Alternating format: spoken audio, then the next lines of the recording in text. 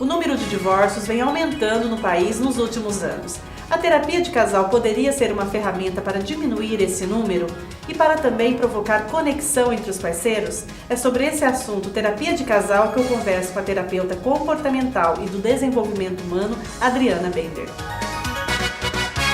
Adriana, em 2016 houve um aumento de divórcios no Brasil e uma queda de casamentos. Em Mato Grosso, no entanto, houve uma diminuição do número de divórcios em relação a 2016 a 2015 e um aumento em casamentos.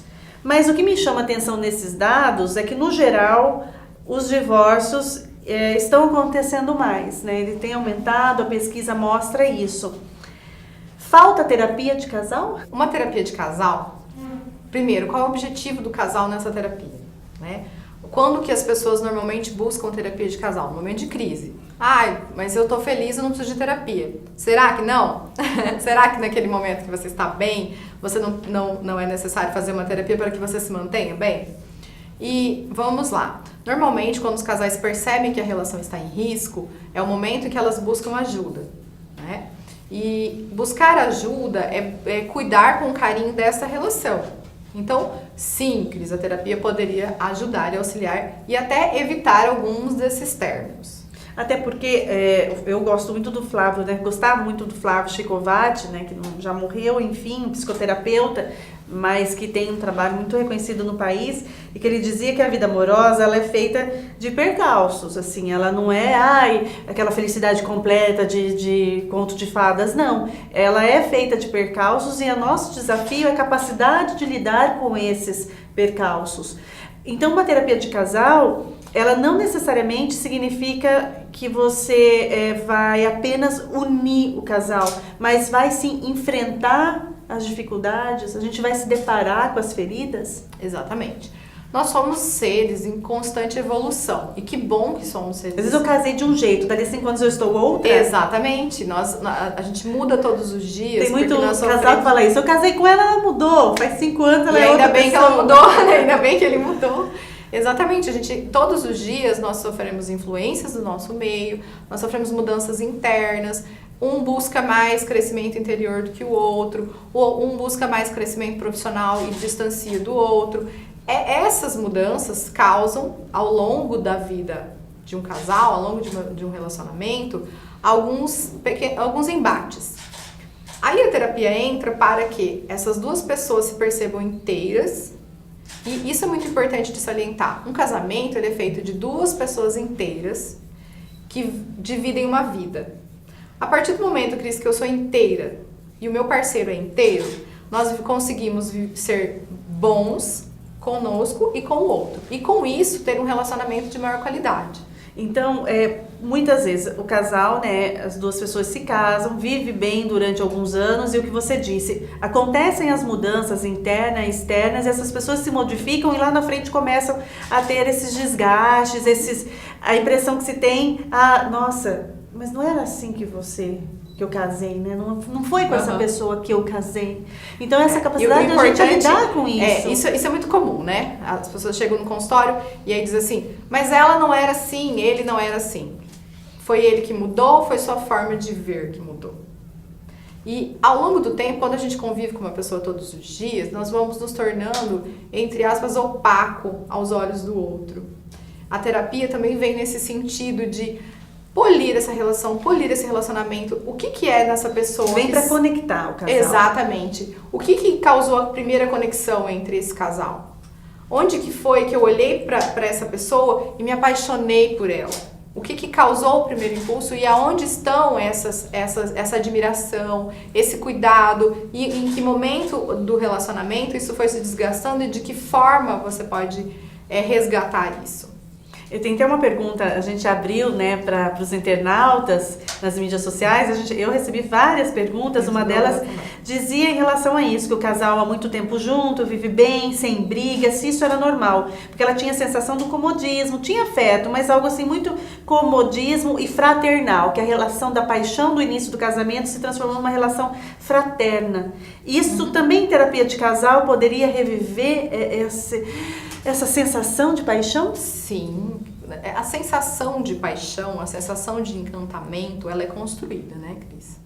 A paixão, aquele primeiro impulso, onde o coração acelera, borboletas no estômago, isso não se mantém, é óbvio, ao longo do tempo, porque se transforma numa outra forma de gostar.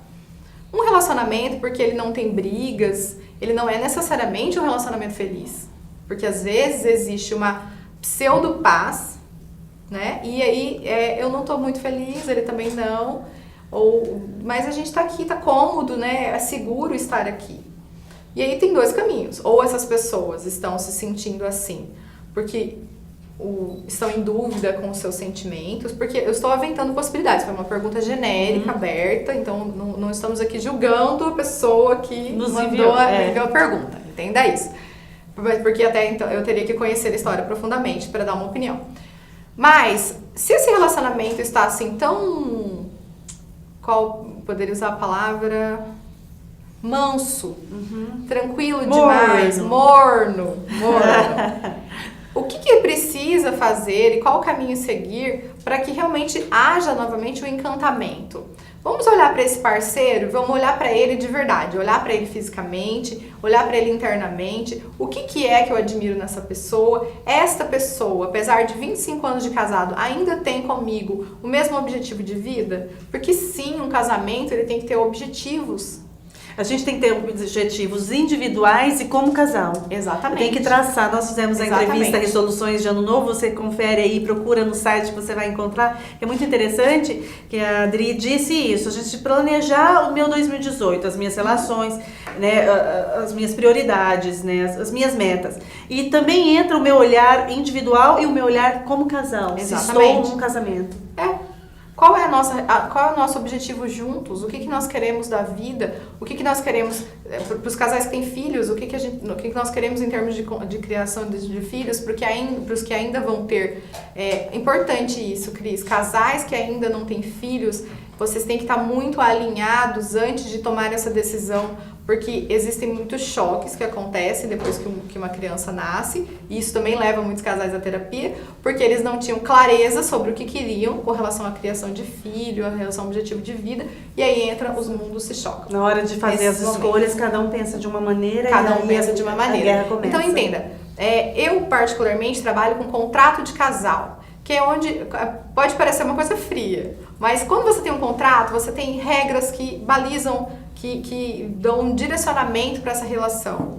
E o que está dentro de um contrato não fere nenhum dos lados. Então, imagina que você vem até o consultório, né, com o seu parceiro, com a sua parceira, e aí nós vamos fazer um desenho desse contrato de acordo com os objetivos que vocês têm, vocês vão experimentando e a gente vai ajustando isso para que vocês tenham uma vida harmoniosa e feliz de verdade.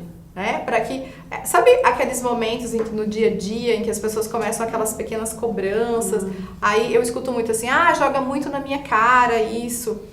Tudo aquilo que você aceita, você não pode cobrar do outro. E aí quando você está dentro de um contexto em que as regras estão claras, esses embates não acontecem. Eu acho que você tinha mais jogar na cara enfraquece demais, né? Desgasta demais, né? Ficar remoendo aquilo e não situação, e aí, passar para eu acho que eu já falei em uma página seguinte. Acho que eu já falei em uma das minhas entrevistas aqui sobre a não solução de problemas do dia a dia. Quando você não soluciona um problema pontual agora, ele vai se somar a um outro amanhã. E aí você vai ficar voltando nele porque você não resolveu. Eu até costumo brincar de que problema é igual louça. Se você não lavou aquele copo, daqui a pouco tem mais um prato e mais... Aí vem um caminhão de problemas. Vem um caminhão de problemas, exatamente. Acho que você tinha uma questão sobre ciúmes, não é? Sim, eu tenho mais perguntas aqui. Vamos lá. O parceiro pode mudar na terapia de casal? E olha que interessante, né? A pessoa jogando pro outro, né? Quem me mandou. Estou preservando aqui, claro, os nomes das pessoas que me mandaram, porque são perguntas muito íntimas. O parceiro pode mudar na terapia de casal? A terapia é para consertar o casal? Vamos lá. Em primeiro lugar... Terapia de casal muda alguém, Adri? As pessoas só mudam se elas quiserem mudar. Ou na terapia individual, ou na terapia de casal. E não é mudar, é descobrir em si novas perspectivas, novas formas de ver a vida. e que na verdade já eram suas, que estão aí dentro. Então não, o terapeuta não tem esse poder de mudar as pessoas, a menos que você queira se transformar. E a gente com autoconhecimento se torna uma pessoa melhor. Exatamente. Sentido, né, Exatamente. Mas se compreende melhor. Você se torna uma pessoa inteira.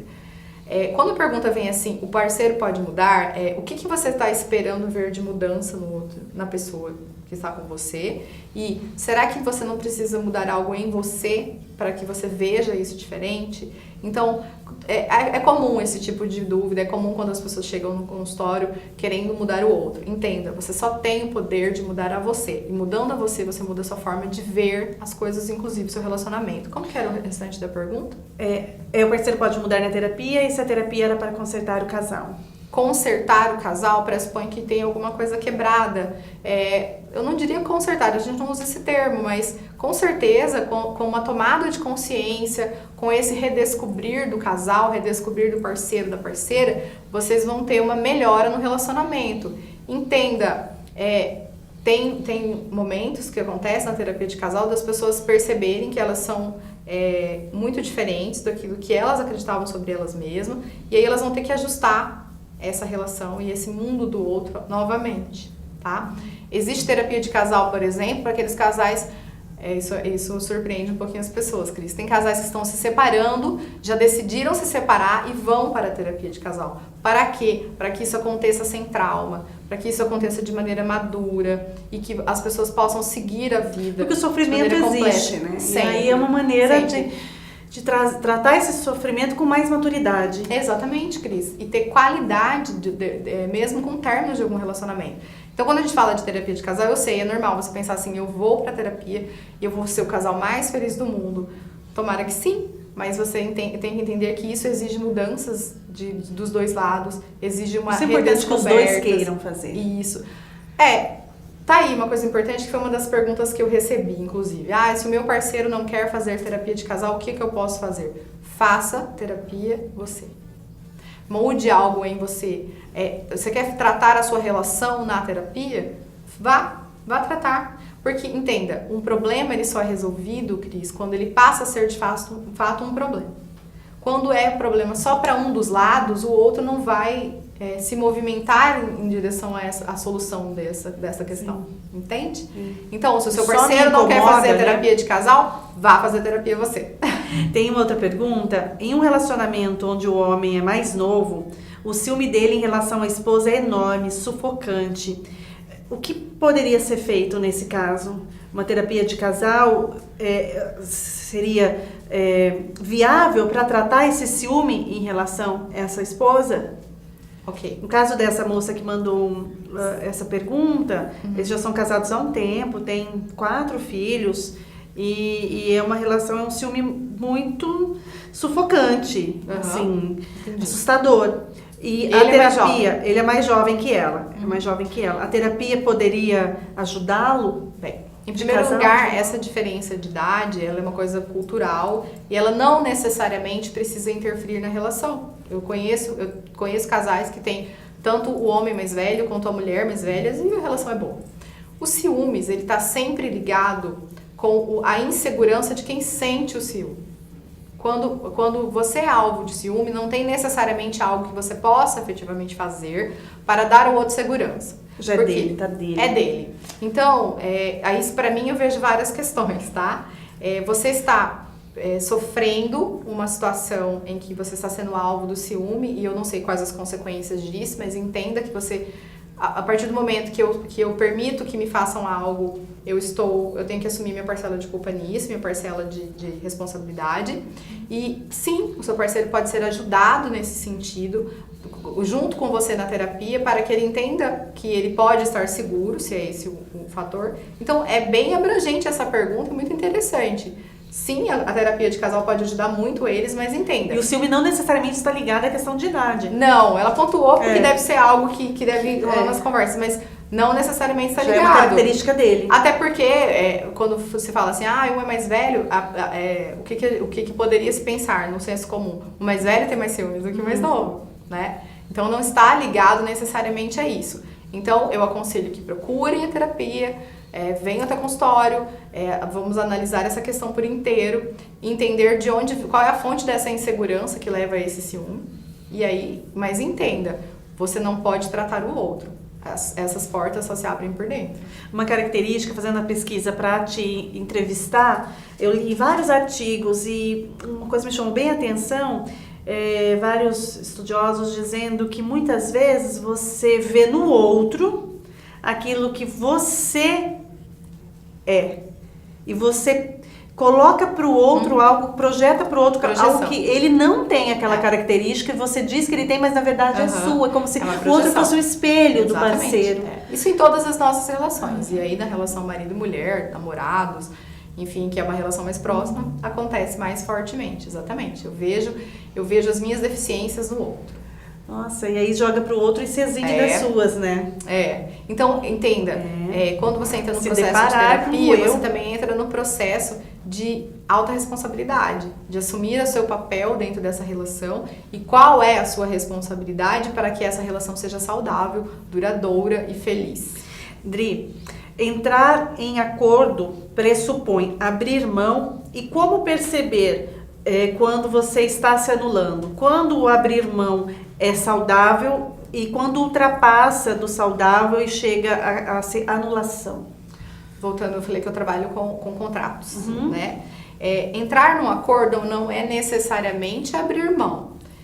Nós vivemos numa sociedade, então o meu direito sempre termina quando começa o seu e isso funciona dessa forma.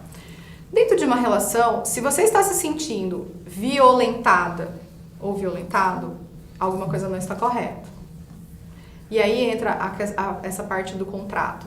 Como perceber isso? Se você faz alguma coisa, você deixa de fazer algo e isso te causa um incômodo e às vezes até um incômodo físico mesmo, aquela ansiedade, algo aí precisa ser visto. Você vive com medo, né? Com medo ansiedade, de ferir o com outro. medo. Estou fazendo certo, sentindo culpada. Exatamente. Eu deixo de fazer algo que é importante para mim, para que o outro esteja bem. Mas aí você está fazendo isso às custas do seu bem-estar também. E são coisas diferentes. Entrar num acordo é você entender as questões e as demandas do outro, ele entender as suas, e aí você chegar num ponto de convergência. E aí eu sempre digo o seguinte, existem limites que são rígidos, que são aqueles limites que eu não ultrapasso, isso aqui eu não abro mão, e tem os limites que são flexíveis, né? E isso é muito pessoal de cada casal. E isso vai desde o futebol que seu marido quer jogar na quarta-feira, à tarde que sua mulher quer passar no salão, ou o fato dela viajar muito para trabalho, enfim, isso é muito, muito pessoal de cada casal. É pensar a relação, se deparar com ela e conversar com maturidade. Essa palavra acho que casa bem na questão da terapia de casal. Isso envolve você se conhecer, Cris, olhar para dentro. Porque às vezes você não se sente amado, ela pode te dar o mundo, mas você não vai se sentir amado nem com o mundo aos seus pés. Porque se sentir amado tem dois lados. Tem o que eu entendo por ser amado e o que você entende por amar. E vice-versa. Às vezes a minha demonstração de afeto carinho, não está de acordo com o que você espera. E aí é entender novamente, é olhar para mim, entender como é o meu processo e olhar para o outro e valorizar no outro também as demonstrações que são dele. Tem um livro que chama As 5 Linguagens do Amor. Ele é um livro bem simples, né? Ele não é muito grosso, ele é fininho, mas ele chama atenção para essas coisas. Porque o que eu interpreto como amor, como carinho, muitas vezes não é a linguagem do outro. Do outro. Alguns dias atrás eu falei sobre comunicação e eu digo que qualquer palavra que não caiba dentro de uma caixa, ela precisa ser explicada. O que não cabe dentro de uma caixa? Se eu resolver colocar essa caneca dentro de uma caixa, eu disser pra você, Cris, eu vou colocar uma caneca na caixa. Você entende o que é uma caneca. Agora, Cris, eu vou encher essa caixa de carinho. O que é carinho pra mim? E o que é carinho pra você? Então, carinho para mim é isso. Não, para mim, carinho é isso. Então, vamos chegar a um ponto de acordo aqui, para que você se sinta acarinhada e eu sinta que estou dando carinho pra você. Então, entende que são pequenos ajustes, são pequenos olhares que você vai tendo no dia a dia pro outro e pra você mesmo, que, novamente, é um cuidado com a sua relação. E o processo de terapia de casal envolve sessões com o casal e sessões individuais. Exatamente. E a terapeuta, né, o terapeuta, ele faz esse trabalho de mediador, não de advogado das partes. Não, nós não. O advogado pressupõe que se eu sou o seu advogado, eu estou defendendo Ela é uma o seu terapeuta lado. mulher, ela vai defender a mulher da relação. Não. Um terapeuta homem, não. Existe essa... Não nem é o nosso papel fazer isso. Essa questão de ética, né? Essa também uma pergunta bem frequente. Mas como escolher o terapeuta? A mulher vai defender a mulher, o homem vai defender o homem. Não tem nada disso. Estejam os dois juntos no consultório, se vejam como tem que você ter se sente no ambiente. Né? Confiança, ter essa... Outra pergunta foi em relação a noivos. Namoram há muito tempo, vão morar juntos. A terapia poderia também auxiliar nesse processo do Sim. namoro para uma fase Sim. que é o casamento, que é bem diferente, embora namore grudado há anos, mas quando vai morar na mesma casa, a história é outra. Tem fatores aí que mudam totalmente a relação e é importante, é interessante, porque tem pessoas que falam assim, nós morávamos juntos e aí nós nos casamos e tudo mudou. O que mudou, o que pesou e por que seria importante fazer uma terapia antes para que vocês entendam, voltando novamente, qual que é o objetivo de vocês dois juntos? O que eu espero do outro em estando casado e o que é esperado de mim? E vocês têm claro, porque quando nós estamos noivos, namorando, principalmente naquela fase de planejar festa, é tudo muito bonito, né? É tudo muito lúdico, mas o dia a dia, você esbarra nas questões do dia a dia, na minha rotina, na sua rotina de trabalho, na minha, nas nossas questões de como indivíduos. Aí existe a questão familiar, as famílias. E às vezes a gente se depara com muitas histórias de pessoas que namoraram aí mais de 10 anos se casam e 2, 3 anos estão separados. Porque não tem claro um objetivo para essa relação. Para finalizar, Dri, a constelação familiar, que é uma ferramenta que tem se falado muito hoje, até o ano passado eu fiz uma entrevista sobre isso, chamando a atenção, porque a gente tem que ter muito cuidado quando alguma coisa vira tendência, né? Fica em voga. A constelação familiar, ela pode ser usada como ferramenta numa terapia de casal. Por quê? Porque é interessante, poderia ser utilizada. Bem, Cris, eu vou falar do meu trabalho. É uma das ferramentas que eu utilizo no meu consultório e sim, ela pode ser usada inclusive na terapia de casal.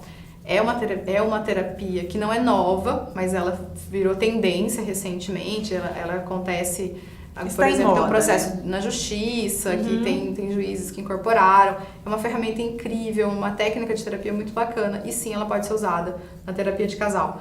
Cada terapeuta adota uma linha específica. Eu, particularmente, adoto a constelação familiar, a constelação sistêmica no meu consultório.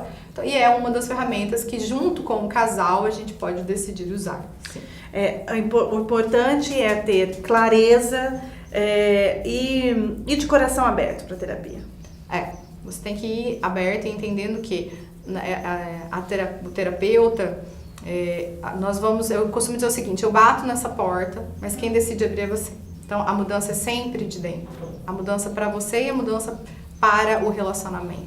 Ela sempre é um processo interno. Qual é o papel do terapeuta? É indicar um caminho, te levar a um pensamento, levar você a uma conclusão. Nós não vamos te dar uma resposta. Olha, vocês têm que fazer assim, porque esse não é o papel do terapeuta.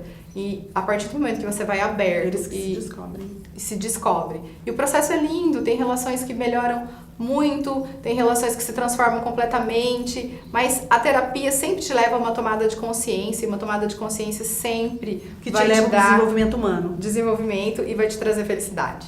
Dri, uma palavra essencial para o casal. Doação.